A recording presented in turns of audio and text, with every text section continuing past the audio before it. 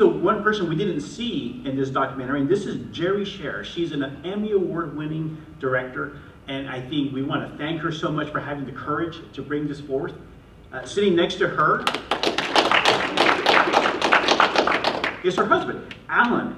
And Alan Sher, we saw, was a survivor of a major surgery and how it affected him. And of course, next to him is our giant in the room, Andrew Marr, a retired Green Beret, and one of my good friends that I've got to meet over the years.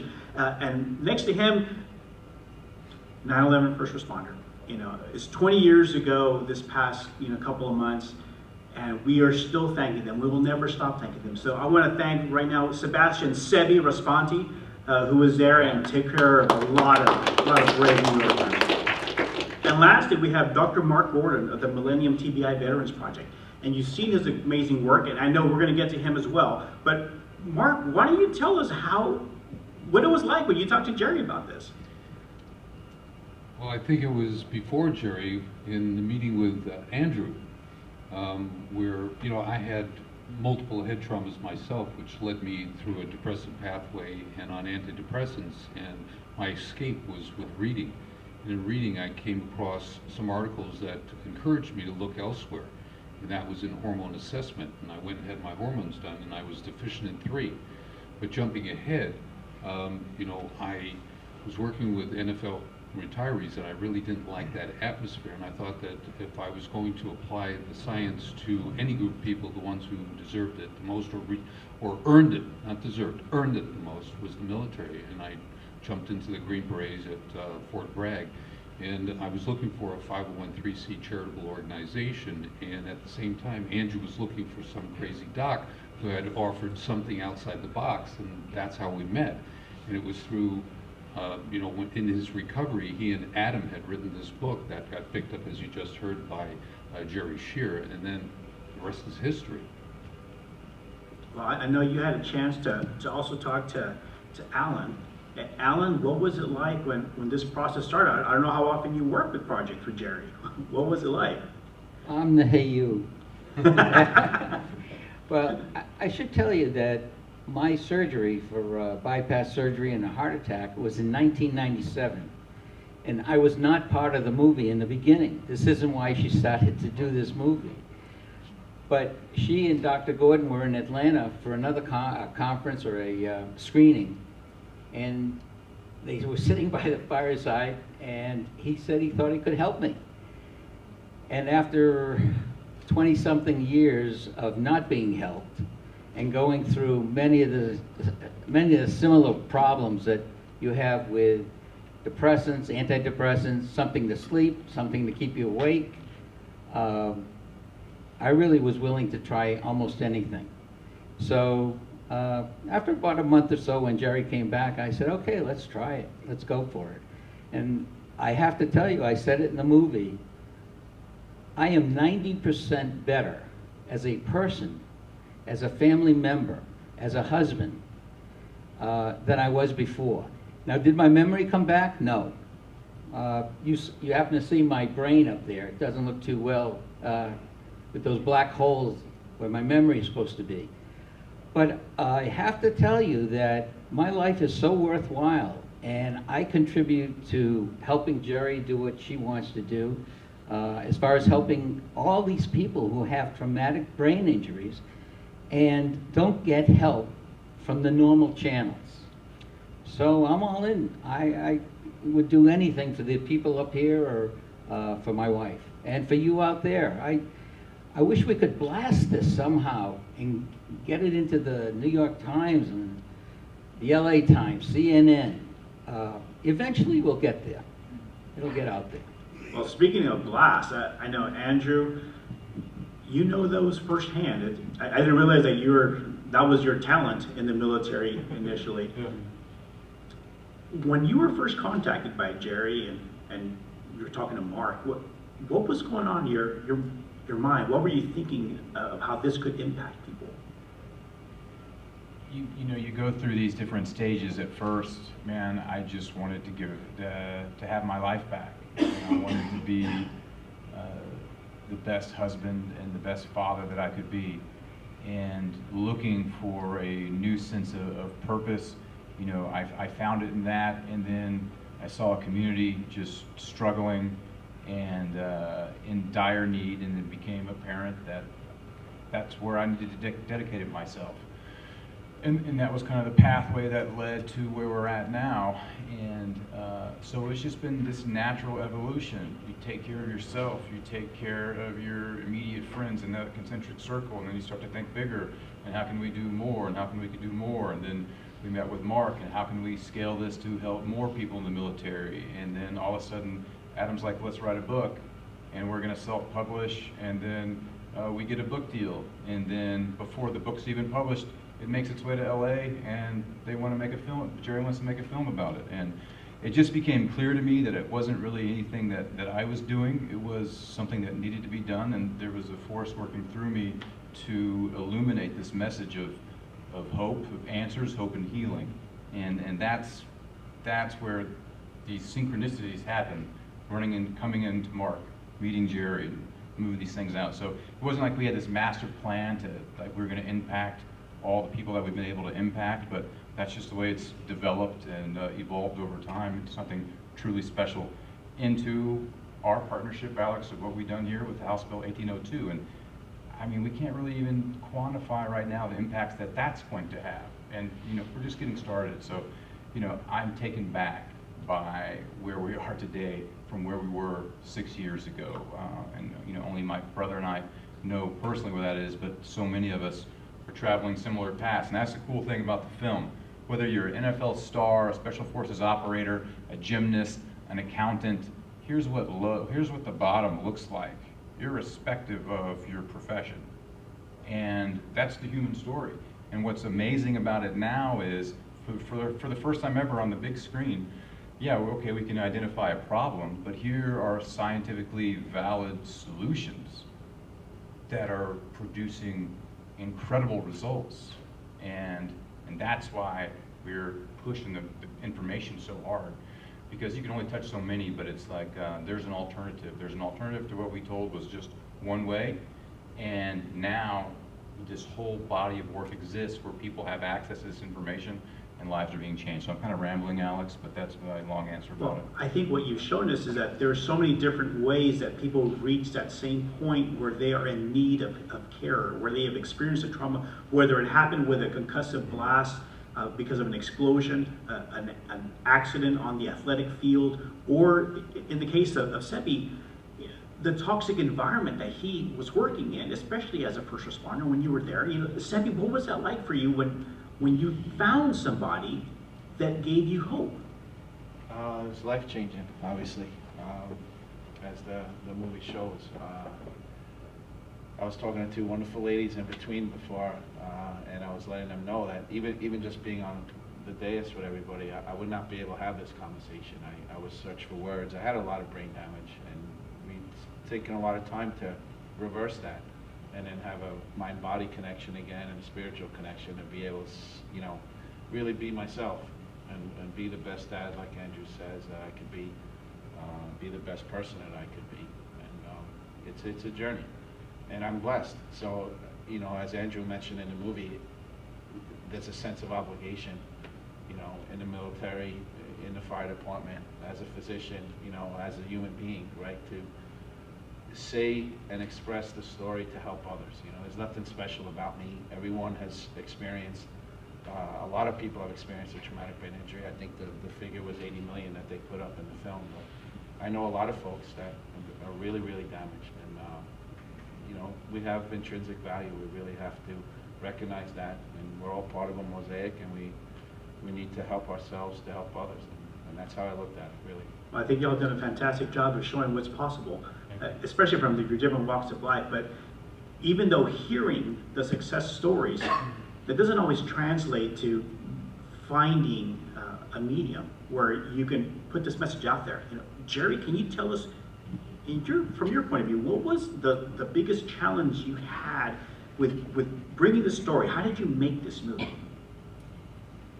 Well, it's interesting, Alex. A very big challenge was that I wanted to have so many characters. There's 10 major characters in this movie, and that's sort of unheard of in a documentary. In fact, many editors wouldn't touch it. They said, well, you can't do it. It just can't be. It just can't be. And of course, that wasn't the case at all. And the brilliant editor, Elisa Bonara from Milano, who works mostly for Sidney Pollack, she agreed that yes, we could tell this story, and she knew that I needed to tell it that way because so many people are affected, regardless of the geographics of where they are, or regardless of their profession, their age, their socioeconomic. They all, every one of these 10 characters had the exact same symptoms, and every one of them was suicidal. And that's what I found so amazing to me.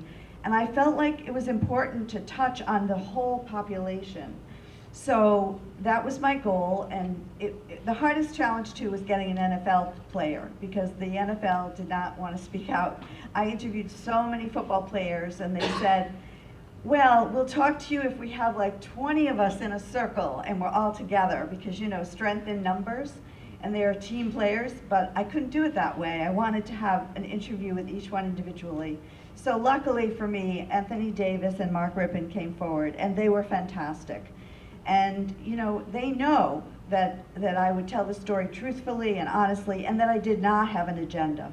I let the story speak for itself, and I let the magic tell us what was going to happen as the story unfolded. And that's the true essence of a documentary, when you don't go in with a preconceived notion and you let things unfold, just like Alan's story unfolded that we never dreamed would happen. And then when the twins were born, I had to say to Andrew, I want to film that when you have those babies. So now we have his 7 children in the movie. And by the way, the first twin is named Gordon. Aww. Well, I'll tell you what, I didn't want to like Mark Rippon, being a diehard Cowboy fan myself, and that being the year that they knocked the Cowboys out of the playoffs. But hearing his powerful story about what he was feeling, even as he was caring for his own granddaughter, that really let us know how impactful these injuries, this trauma can be, that really makes somebody in that moment find nothing but despair, but still finding the hope. And I think that's what you brought to us, showing that people weren't giving up. They're looking for something, and y'all found that. And I'd like to know, what did y'all learn when y'all were making this movie? Mark? Well, I tried to keep out of it as best I could, because the 10 people that Jerry had chosen spoke for everything I had been doing over the past 27 years. But what I learned in the entire process, not only the movie, but my endeavor, was that, as you said, it could be any causative factor to create the same grouping of symptoms. And what we've learned also is that it's not only those people who lose consciousness, but it could be people who have repetitive issues. And when I'm interviewing with the patients, I let them know that you can either have $1 or 10 dimes. They both add up to 100 cents. So it's the same. That's fantastic. Well, I imagine, Jerry, along the way, you've learned a bit, not just about what happened with your husband, but how this can affect others. Well, you know what I learned that was so interesting and amazing is that every one of these people decided to give back when they got better. Now, Mark Rippon, he built that pediatric hospital for children, and seeing him there with the little girl, and they were going over some math together, honestly, when we were filming that, I was crying. I had tears, because I saw a side of him that no one would believe. You know, here's this football player, a quarterback, who's smashing people into the ground, and he was so delicate with that little girl, and the fact that he was giving back so much to society, each one of these people. I mean, Sebi, he's always volunteering to help all these families from the 9/11, and Alan cuddles little tiny babies, and they would call our house at 4 in the morning and say, the babies are all crying, please, Alan, come, we need your help. Each one of these people was giving back. Juliana, she's helping the girl with building the blocks in the wheelchair, and then as she's doing it, Sebi says, the next line, it's a building block. You know, so everything has to weave together. But to me, it was miraculous to see that I learned that all of these people want to give back. And what I really know is what you give, you receive. That's what I do with my life, and if everyone does that, we'd be a happier people. Well, I think you've got us well on the way. If people wanted to learn more about this film and about what y'all are doing, how can they learn about that? Well, quietexplosions.com, which is our website, has a resource page, has all the streaming information. It streams on Amazon and iTunes, Hulu, everywhere. It has all of the information about our characters, about all of our doctors. There's 6 doctors in the movie. And we just are very available, all of us. You know, people call us, they text us, they email us from all over the world, and they say, and Alan can vouch for this, someone will call from Taipei or Paris and say, is your name Jerry Sher? You just saved my life. I saw your movie, I was going to kill myself, but now I know there's hope. So I guess we're doing something right to help people. And we just have to tell everyone, watch the movie, pay it forward, tell someone else. Well, I think that's the lesson for us all here. Thank you so much for being a part of this. Thank you so much for bringing this message, this film, so that people can see it. This is what America needs. In fact, I think the whole world needs to see this. Thank you all so much. I appreciate your time. I do want to give Andrew a chance for a little bit of a plug, because I know what you and your brother do. And I know your brother's a part of this film. A lot of people don't realize what he gave up. You know, talk about, you know, walking a tightrope without a net. You two, what y'all have done with your foundation, you can tell us a little bit about what it's doing now. I think the audience would love to hear it. Yeah, I just want to take a moment to honor my brother Adam, and what he did was he gave up a promotion and resigned his commission in the military to help me, his brother, get back on my feet. And it's just, I get choked up about it, and there's nothing I won't do for my brother, and there's obviously nothing that he won't do for me, but he was so taken back to see me, you know, the contrast. My entire life have been, you know, a high performer, to fall to the levels that we fell. It was hard to comprehend, and there wasn't a script out there about what was going on. And it's difficult because you're not missing a limb and you're not missing an eye, so, you know, why can't you get it together? And it just doesn't make a lot of sense. And he wasn't there to be critical or anything else. It was just like, okay, man, I'm here with you and we're going to figure it out together. And then once we got help, it was okay, we're going to turn around and we're going to give this to everybody else that we could possibly can. And what we've been doing is providing answers, hope, and healing. Answers and hope through the information avenues, because everything has revolved and evolved around our partnership with Dr. Mark Gordon, the Millennium Health Centers, and his unique ability to communicate very complex neurological concepts that people can grasp and understand. But what the takeaway was is, hey, Andrew, we can identify objectively what's going on in your brain through some lab tests. And then, even better than that, we can identify specifically what's wrong and then make a specific plan of action to treat the underlying condition.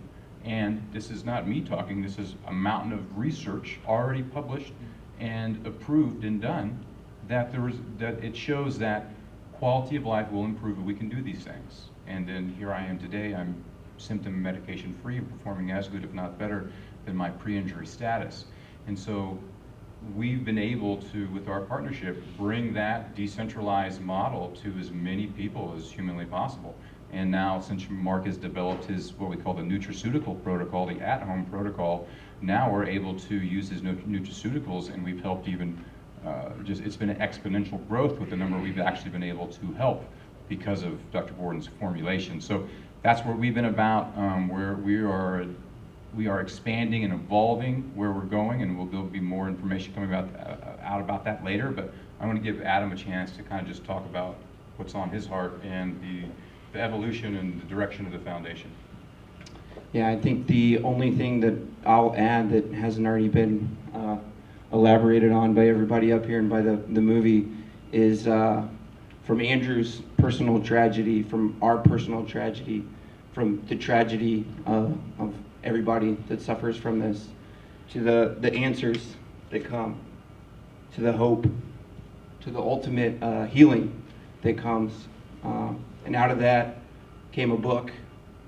And then out of that, Jerry, came a movie. And out of that movie, Alex, came a bill.